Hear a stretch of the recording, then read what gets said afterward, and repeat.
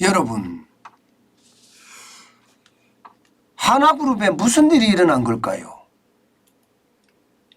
왜 제가 무슨 일이 일어난 걸까 이렇게 제목을 달았나 하면요. 여러분, 이거 한번 보세요. 하나에어로스페이스 주가 상승률이 하루 만입니다. 하루. 지난 29일 기준이에요. 19.93%가 올랐습니다. 19.93%. 거의 폭등이죠. 폭등. 실제로도 보면 말입니다. 거의 폭등이에요. 도대체 하나그룹에 무슨 일이 있기에 이렇게 주가가 폭등한 건가요? 저는 이것을 보면서 사실 깜짝 놀랐습니다. 왜냐하면요. 하나그룹이 사실상 사업 구조 조정을 단행한 겁니다. 여러분 이거 한번 보세요. 주식회사 하나가 지주회사입니다. 이 주식회사 하나에다가 글로벌이나 또 모멘텀이나 정밀기계, 건설까지 다 플러스 시켜서 포함을 시키고요. 나머지는 말입니다. 금융, 그리고 이게 항공 방산, 그리고 하나솔루션이라고 해서 쉽게 말하면 소재나 소비, 이렇게 세 가지 부문으로 확 나눠버렸습니다. 그 외에 하나 임팩트라고 해서 하나 에너지 계열을 하나 따로 놔뒀고요. 쉽게 말하면 개편이 어마어마하게 된 겁니다. 방산 에너지 금융으로 완전히 개편되는 그런 모양새를 보이고 있습니다. 이것을 보면서 저는요. 두 가지를 느꼈습니다. 두 가지를. 하나는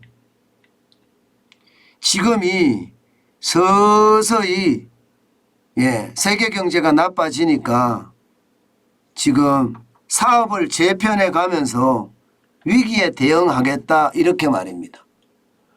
하나생명은 금융이죠. 하나에어로스페이스는 방산 항공입니다. 여기다 하나솔루션은 에너지 소비입니다.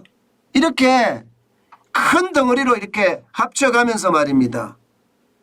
각 덩어리마다 사업 어떤 부문마다 쉽게 말하면 성장 동력을 확보해가는 노력, 저는 거기에 있다고 생각을 하고요. 여기에 대한 대비책 반드시 마련해 간다고서 생각을 합니다.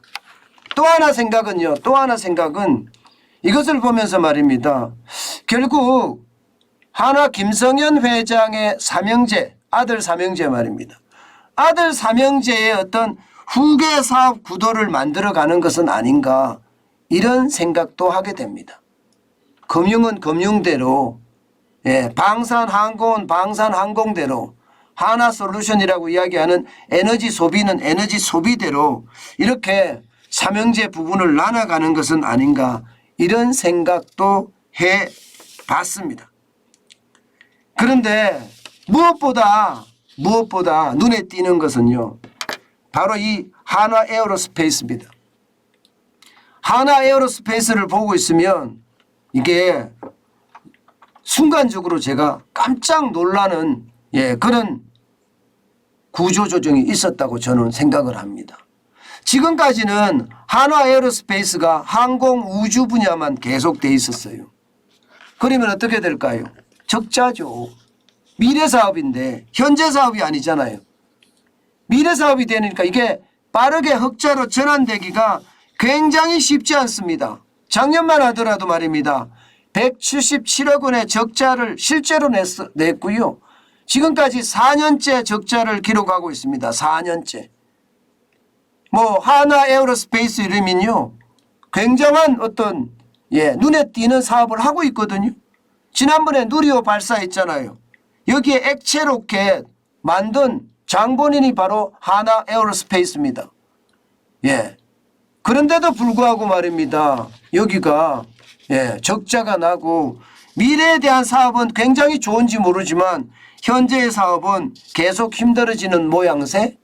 그러니까 여기다가 방산하고 디펜스, 방산입니다. 디펜스도 하나 디펜스도 다 방산이고요.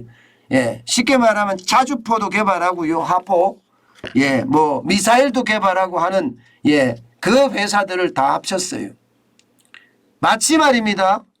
마치 일론 머스크가 자동차 사업을 중심으로 해서 스페이스X라는 우주 사업을 영위해가는 것처럼 지금 한화는 방산을 중심으로 해서 이게 쉽게 말하면 우주항공, 우주 사업을 이어나가겠다 하는 의지가 굉장히 담겨져 있다는 이야기예요.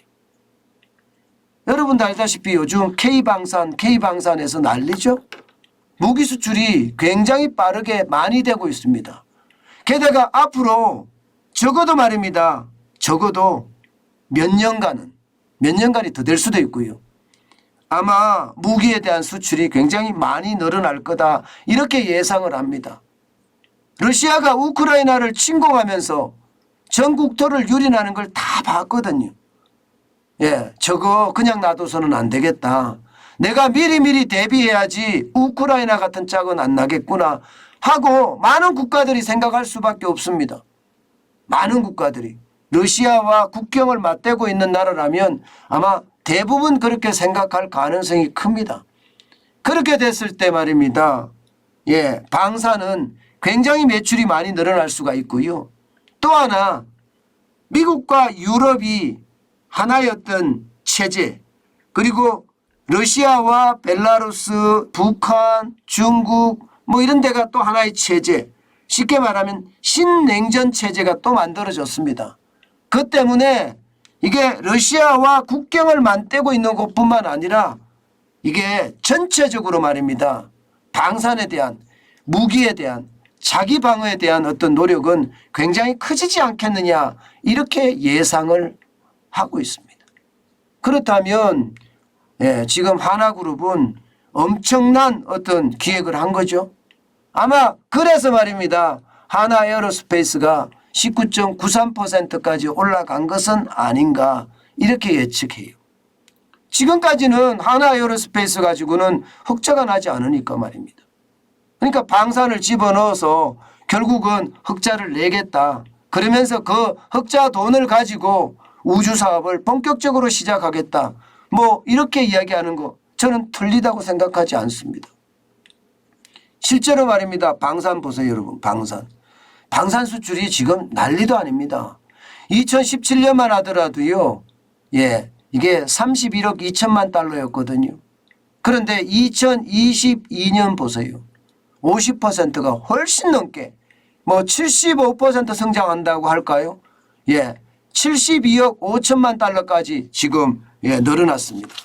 그러니까 방산에 대한 어떤 경쟁력이 굉장하다는 거죠. 실제로 폴란드 같은 경우는요. 우리 흑표 전차라고 이야기하는 K2 전차 여기에다가 예, 자주포 말입니다.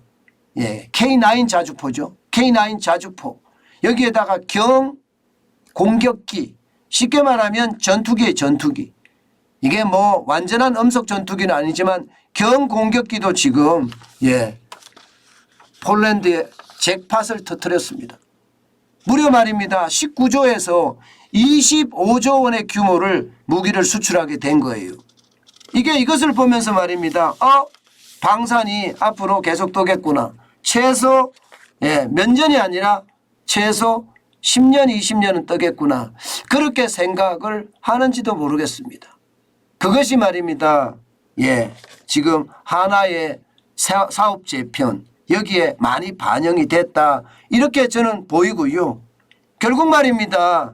삼형제의 어떤 예, 승계에 대한 문제와 또 미래 하나그룹이 우주기업으로 발전할 수 있다는 문제 이것까지도 한꺼번에 보여준 단면이 아닌가 저는 그렇게 생각을 합니다. 참 나라가 예, 이게 점점 업그레이드 된다.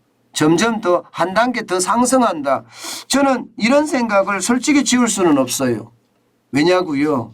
기업들이 이렇게 발빠르게 움직이고요. 예, 또 미래 사업에 대해서 적극적으로 임하기 때문에 예, 그만큼 예, 대한민국은 죽지 않았다. 앞으로도 더 예, 기업가 정신이 살아있는 한 예, 성장하지 않겠느냐 이런 생각 저는 오늘 다시 한번 해 봅니다.